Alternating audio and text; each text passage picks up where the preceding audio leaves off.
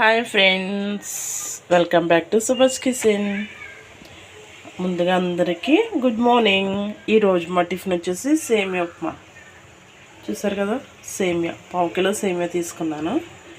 అలాగే వాటికి కావాల్సిన పోపులు పచ్చెనగపప్పు, ఆవాలు, మినపప్పు.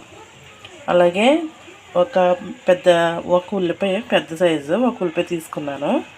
అలాగే చిన్న అల్లం ముక్క, కొంచెం కరివేపాకు, ఒక 3 పచ్చిమిర్చి. చూసారు కదా, మన సేమియా ఉప్మాకి ఇవే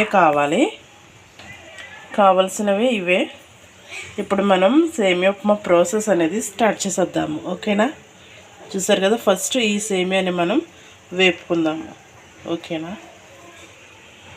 చూడండి, ముందుగా నేను సేమియా అనేది వేపుకుంటున్నాను. ఇందులో ఆయిల్ కానీ నెయ్యి కానీ ఏమీ లేదు, డ్రైగానే వేపుకుంటున్నాను.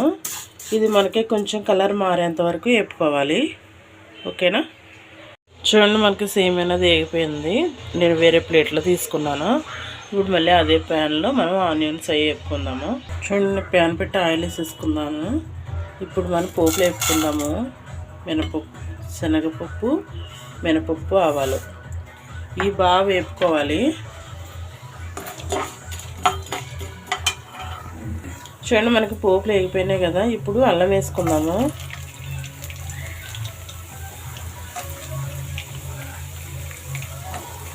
అలాగే పచ్చిమిర్చి, కరివేపాకు ఇవి కూడా బాగా వేసుకుందాము. అలాగే ఇప్పుడు ఆనియన్స్ కూడా వేసేసుకుందాము. ఇవి మనకు మగ్గితే చాలు, బాగా వేగక్కర్లేదు. బాగా మగ్గించుకున్నాము. బాగా మగ్గించుకోవాలి మనము. తర్వాత ఎందుకంటే ఇప్పుడు నూనెలో మగ్గుతాయి, తర్వాత మళ్ళీ వాటర్లో ఉడికిపోయాయి కాబట్టి బాగా వేపుకోవాల్సిన అవసరం లేదు. ఉప్మాకి ఉల్లిపాయలు బాగా వేపుకున్న టేస్ట్ ఉండదు, బాగా మగ్గించుకుంటే సరిపోద్ది. చూడండి, మనకు ఆనియన్స్ బాగా మగ్గిపోయాయి, ఆగడానికి రెడీగా ఉన్నట్టున్నాయి కదా. ఇప్పుడు మనం ఒక గ్లాస్ వాటర్ వేసుకుందాము.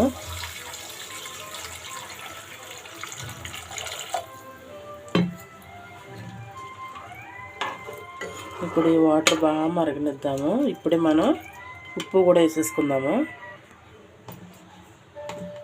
మనకు టేస్ట్ తగ్గట్టు వేసుకుంటే సరిపోద్ది.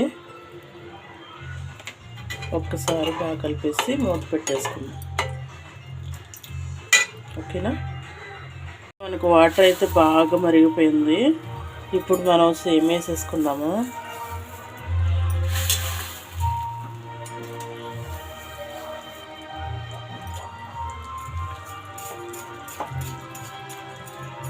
మనం సేమియా ఫస్ట్ వేసినప్పుడే బాగా కలిపేసుకుని అలా ఉంచేయాలి. అస్తమాను కలిపితే సేమియా ఇరిగిపోద్ది.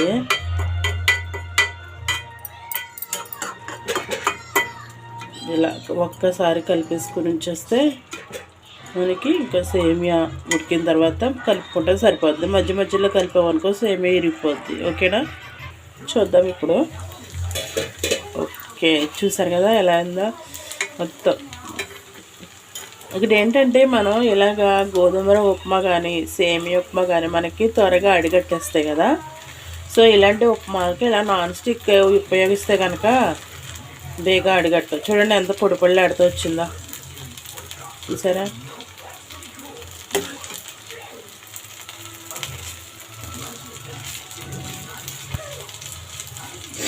ఇప్పుడు స్టవ్ ఆపేసి దించేసుకుందాము.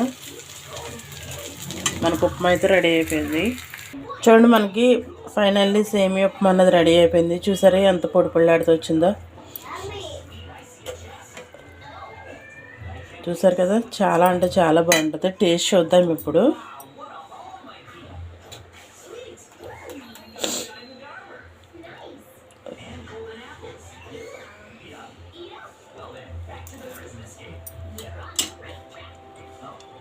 సూపర్ ఉంది, కాలుతుంది.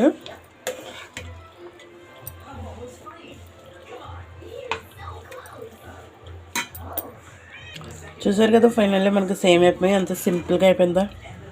చాలా చాలా బాగుంటుంది. రోజు ఒకే విధంగా కాకుండా ఇలా రోజుకి ఒకటంటూ వెరైటీగా చేసి పెడితే పిల్లలు కూడా ఇష్టంగా తింటారు. చూసారు కదా, సింపుల్గా అయిపోయింది కదా త్వరగా. మీకు నచ్చినట్లయితే లైక్ చేయండి, అలాగే మా ఛానల్ని సబ్స్క్రైబ్ చేసుకోండి. ఓకేనా? Thank you for watching.